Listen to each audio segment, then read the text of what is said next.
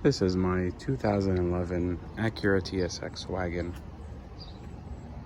that I will be using for this project.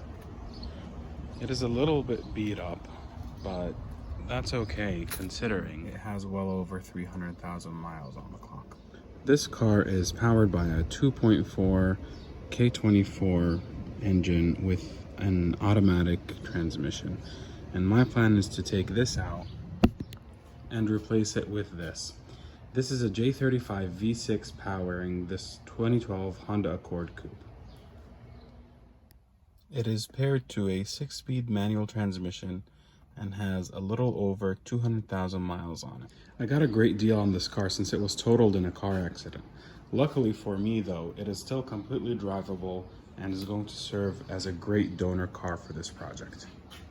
The TSX wagon is sold as the Accord wagon outside the US market and shares the same underpinnings and many parts as the Honda Accord.